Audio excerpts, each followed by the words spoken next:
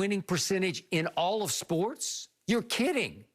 Oh, well, but they do have 2 Pro Bowl receivers from last year. And Brady and O.J. Howard. And they do. And they have Todd Bowles, and they have a lot of pieces on defense, even though they went 7 and 9 last year with Jameis as the quarterback. But Skip, when we stepped back and we looked at it, of all the places that he could have potentially went, that was the best situation. Nobody has that collection of skilled players. Maybe Kansas City, but Kansas City wasn't available. I still thought the Chargers were intriguing. Just new stadium, stadium, and all that.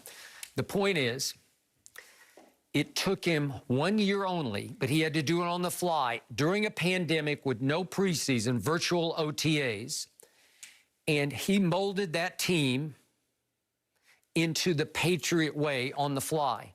He taught that team how to win the biggest games.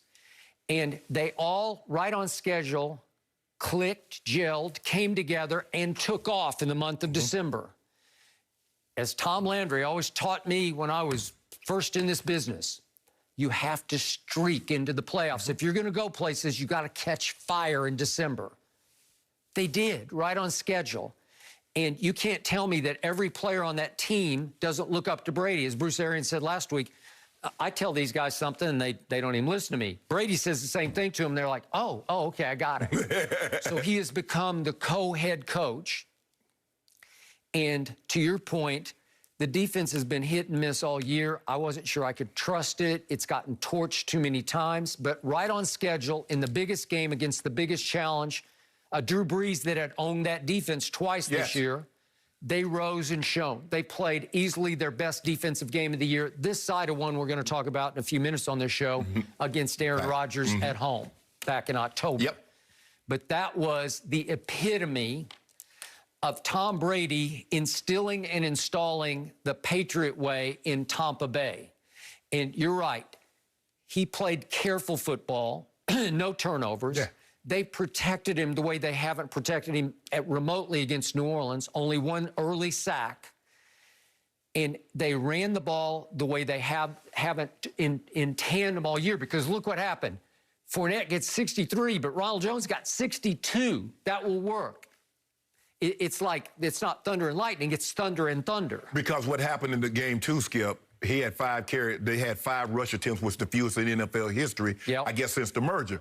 So when you look at it, now we're running the ball. You just can't pin your ears back, because I might hand this ball off to Fournette. I might hand it off to Rojo. So you got to sit in there, and just that sitting there, just that 10th of a second, because, Skip, that's why you see so many guys jump offside. They're trying to time that cadence. And give the Bucs credit, give Byron Leftwich, he called an unbelievable game.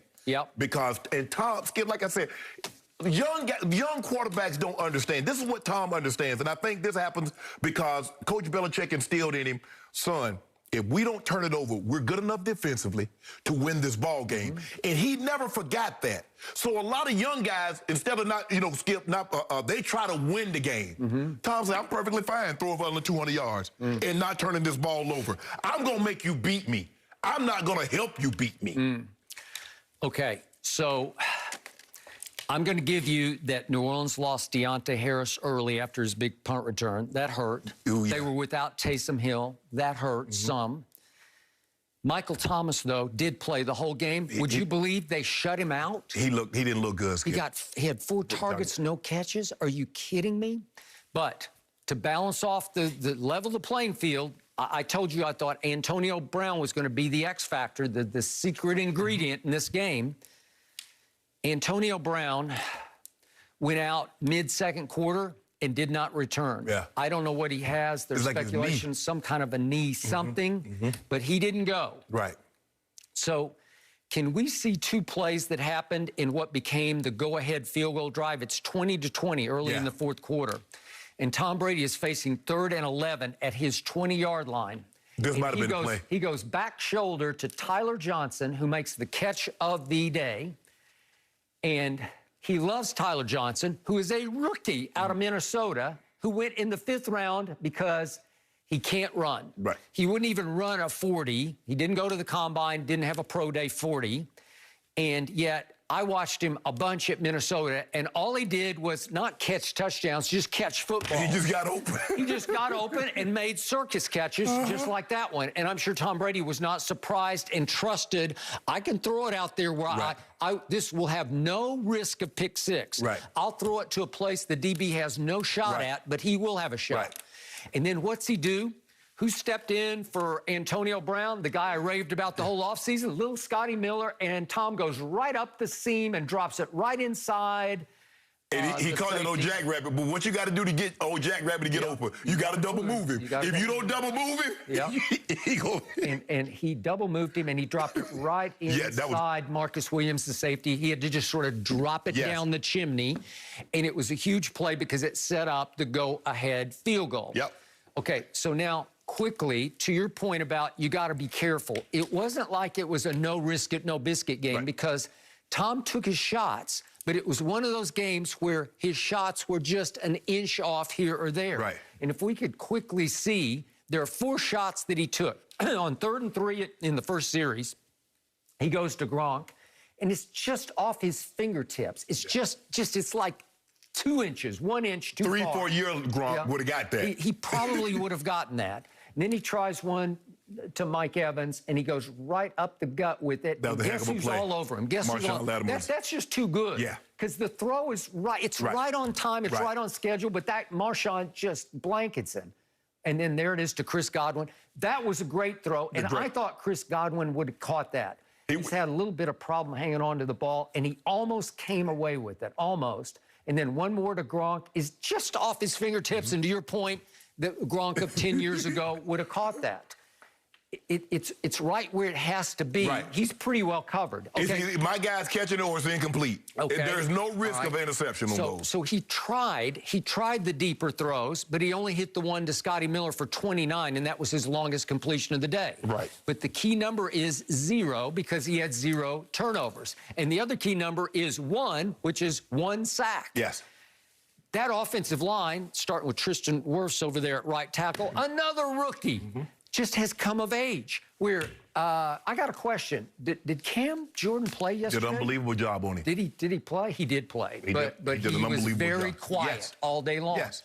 All of them, Oniata, all of them were quiet all day long. And if you give Tom just a little bit of time, he will find some ways to beat you. So in the end, would you believe that Tom Brady now has a shot at going to his 10th Super Bowl? That's just silliness. That's impossibly great. You got to watch the GOAT.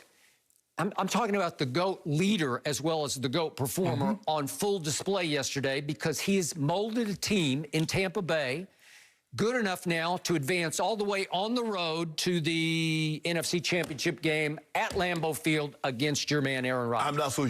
I mean, we saw this coming with Drew Skip. He didn't look the same this year, and then coming back off that injury, he never looked the same. I'm not so sure that Jameis Winston wouldn't have gave him a better chance because he could have pushed the ball down. Skip, I'm looking at these throws. Everything was contested. Because you play, because we do not believe Drew can throw the ball over our heads. We do not believe he can throw it outside the numbers. So, hey, Todd Bowles says, look, we playing cover 5, which is 2-man, and we sitting inside. Do not let them get inside. And the one time Jared Cook got inside, he looking to his left, and Winfield Jr. punches the ball out from the right, from the backside, the guy that he just beat.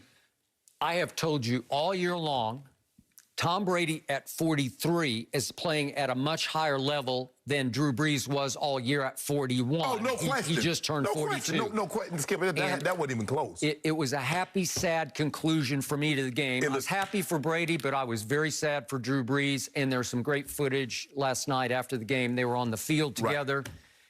Drew's kids are all around, and Tom is throwing little passes to some of Drew's kids, his sons. But Drew tried to throw one to one of his kids and threw it left-handed. So it made me wonder, is his arm ailing that badly? Maybe it is. Maybe the ribs or Skipping, because we don't want to see our great players go out like that. We don't. I don't, Skip. I don't care what it is. I don't care who that Skip was running and they were limping. To see Drew, who's been great, and that's the last time. He's not coming back. I mean, all that he say he's going to take some time.